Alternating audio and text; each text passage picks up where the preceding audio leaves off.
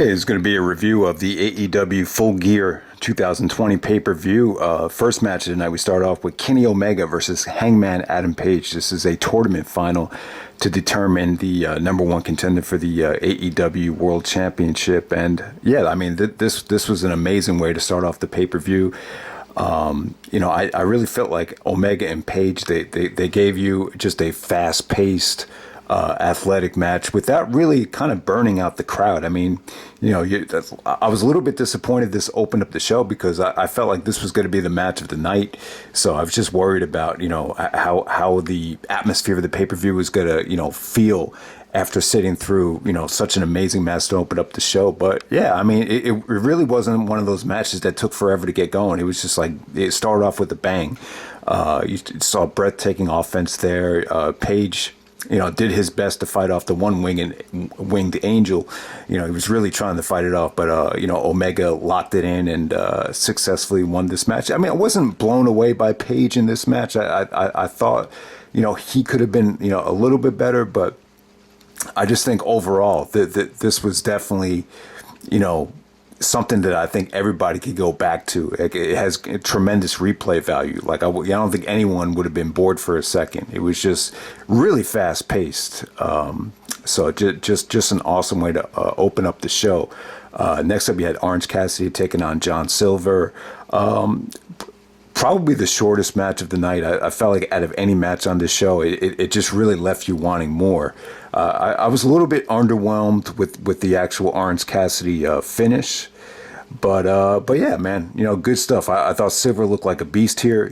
Some of his kicks and some of his offense was just breathtaking. Like it really, the match just really left you wanting more. I remember Orange actually hit a beautiful Hurricanrana to some of John Silver's offense. So yeah, I mean, just while this lasted, I just thought this was a nice, pleasant surprise. They did a good job of following up Omega and Page because I thought that'd be tough to follow. I was like, oh, man, how the hell is Orange Cassidy gonna follow that match? But I thought they did a good job. Next up, we got another solid matchup right here. We had Cody Rhodes defending the AEW TNT Championship against Darby Allin. This was quality stuff. I mean, just another, really, really good match between these guys.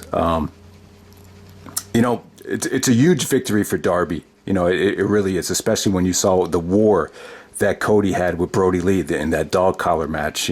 So Darby upset Cody here, but yeah, man, just a lot of great near falls here, just a ton of reversals. The finish came off, was beautifully executed right there. I mean, Cody, Jim Ross actually talked about on commentary how he felt like the extra weight that Cody gained in terms of putting on muscle has definitely helped him, especially with, some of the, the high spot offense here that Cody hit on Darby Allin. So yeah, man, this had great spots. It had great reversals. It just, really, really good atmosphere too. So the first three matches of this pay-per-view, I just thought, everything was going along really, really well. After Darby actually won the TNT belt, Taz comes out and, cuts a great heel promo. He's like, stop the crying, stop all this celebration. And, you had Team Taz actually take out Darby Allin and Cody. And I think Hobbs actually made the save before they broke Darby Allin's arm by shutting a car on it. But Hobbs made the save there. So, but yeah, man, the pay-per-view up to this point was flowing really, really well. And then we had Hikaru Shida taking on Nyla Rose for the AEW Women's Championship. This is where the pay-per-view kind of, there was definitely a buzzkill here. So positives and negatives. I thought Hikaru Shida was awesome here. She was great. She actually got Nyla Rose up for a ton of, Falcon arrows. She got her off of her feet numerous times. I mean, the girl is outweighed here by 100 pounds. So, I definitely thought she actually threw some nice strikes, some nice running knees.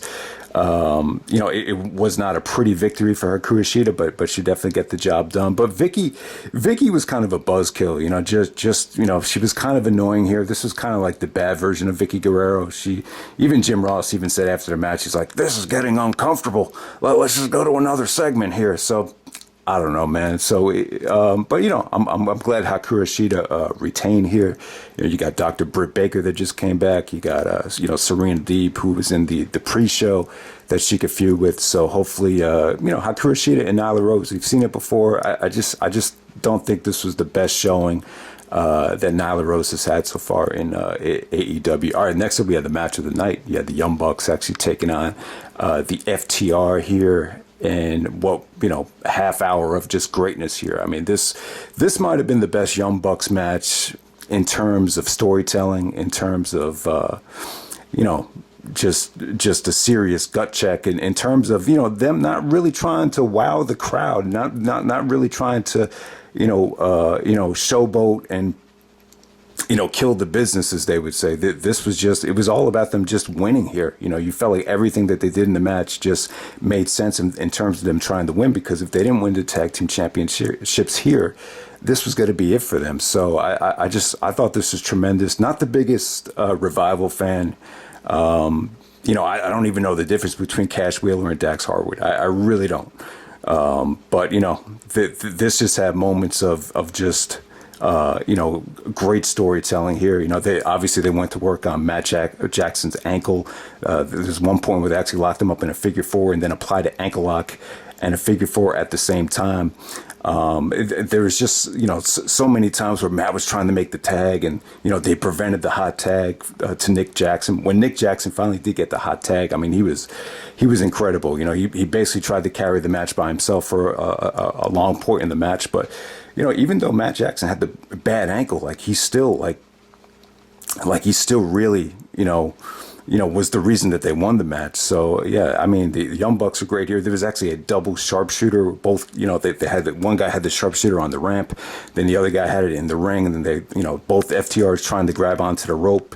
I thought that was good drama. I thought that might have been the finish there, but yeah, man, it was just a serious gut check for the Young Bucks. They successfully finally won the AEW Tag Team Championships. It wasn't pretty. The turning point was when the FTR, one of the guys, actually went for a springboard 450, which is kind of hypocritical of them given their catchphrases and everything. But that was kind of the turning point for them. But yeah, just a great old school match right here.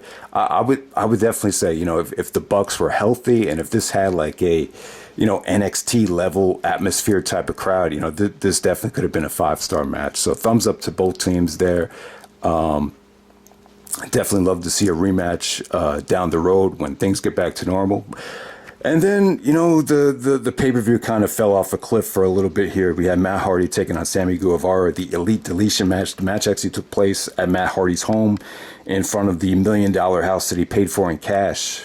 If you guys might remember that promo from 10 years ago. But yeah, man, very dark in front of Matt Hardy had a ring in front of his house. You saw a lot of lighting, it was pretty well lit, but yeah, I mean, just a lot going on here. You had special appearances from, the Inner Circle of Santana and Ortiz. You had, Private Party come out there. Then you had, surprise appearances by Gangrel. You guys remember the Hardys were actually part of the Brood, going back 20 years ago. Hurricane Helms, I believe he actually trained with the Hardys in North Carolina. So you had that whole thing going on there. And then it just got really weird. It just got very bloody. I think Matt and Sammy actually went into the garage, and you saw a lot of nasty bumps that they took there. And, the Private Party and Matt actually took out the trash, put Sammy in a trash bin, and, man, it was just kind of, it just got a little bit too crazy. The whole thing with the laser gun, it was just, I don't know, man. I just couldn't wait for this shit to end to a degree. But it definitely had its moments, though. I mean, you could argue that this might have been one of the worst. I don't know what you want to classify these as. Obviously Undertaker and AJ Styles. Everybody seemed to be happy with that. But this is kind of the opposite. This will definitely be the one of the worst pandemic matches or whatever you want to see, or the segment matches I think I've seen. I just wasn't feeling it. It wasn't the worst thing in the world. Like I just feel like more than anything, the problem was it just went on way too long, and by the time it was over, you're like, oh man, like it kind of killed the momentum of the pay-per-view for me to a degree. All right, so next up we have the double main event. We have MJF taking on Chris Jericho, and Jericho in this match, they were singing the Fozzy song. When the legit crowds come back, that's going to be an awesome moment. When you get a full crowd singing that Fozzy song, because the song keeps on getting more popular and popular with every show right there. So Jericho actually did like a lot of babyface offense here. He actually did a Frankensteiner off the top rope. He actually went for the lion salt. So Jericho's offense, it's they even talked about how it still looks pretty sharp after 30 years in the business. And not a lot of people can do these moves, at 50 years old, but Jericho's still able to do them. Yeah, I mean, they don't look pretty. They probably look a little bit better if Jericho lost 10 to 15 pounds. But I don't know, man. MJF, I have to say, MJF to me so far, he just feels like another Miz. Like it really, I would say I think Miz is probably the most accurate comparison with MJF so far. The match was all right. I mean, there was a really nice counter to the Judas effect where MJF actually put Miz or Jericho in the armbar. I thought that was really cool. So yeah, the match really, you had a whole MJF biting Eddie Guerrero there, and you had Jake Hager, inadvertently helping MJF win the match. So you had that whole thing going on there. But, you had no official Jericho face turn here. MJF and Jericho coexist. MJF joins the Inner Circle. Like, you got 4 months of Dynamite ahead. So, you didn't really get any, turns in this match right here. But it definitely looks like the new stable will probably be Jake Hager aligning himself with MJF and Wardlow. And I don't know, the other guys from the Inner Circle weren't involved. They were part of the Elite Deletion match. So, and then the main event, you had Jon Moxley versus Eddie Kingston for the I Quit match. It was all right, man. I don't know. I just thought this would have been better. I think it had a lot working against it because of how late this went in the show. I just feel like Moxley and Kingston could have had a much better match if they didn't have to worry about the stipulation. But yeah, man. I mean, it was pretty brutal though. You had thumbtacks, you had the alcohol burning, you had the finish definitely made sense with Moxley going back to the illegal choke, but this time applying the barbed wire to it. So, it was a great showing for Kingston. I don't think Kingston delivered here the way he did back in Chikara at High Noon. I felt like that match had just as good a build up, and the match was even better. This was kind of, it was just a rough spot. I'd say it was good. Some of the violence I just don't know if everybody was in the mood for it at this point. So that's what was kind of working against the match. But yeah, man, we're gonna get Moxley and Omega. I'm going to say the Moxley Omega match for the championship might be on Dynamite. Like I said, man, there's 4 months of Dynamite before the next pay-per-view. So we'll see what happens there. But yeah, good showing for Kingston. I'm glad that he got the opportunity. I think there's a place for him. I would just say, I would just hopefully next time Eddie's on pay-per-view, he gets to show more of the great wrestler that he is. I like the tribute to Mitsuharu Misawa with his attire. You could definitely tell Eddie is definitely influenced by Misawa and a lot of great Japanese wrestling. So, let's next time, I just think we need to see more of the wrestler in Eddie Kingston. But yeah, the I Quit match, I'm not saying the stipulation wasn't warranted. It definitely was.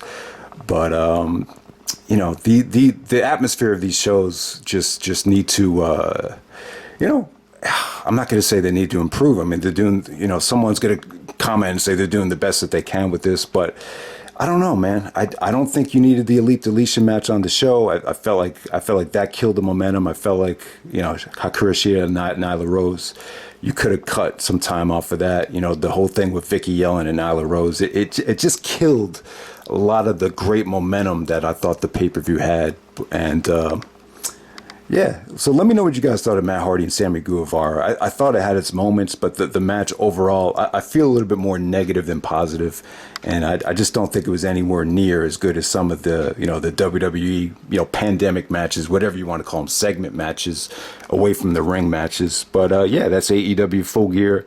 I would say this was a solid pay-per-view. I would say I give it a thumbs up, but it did have some moments that really brought down the show. I would definitely say that. All right.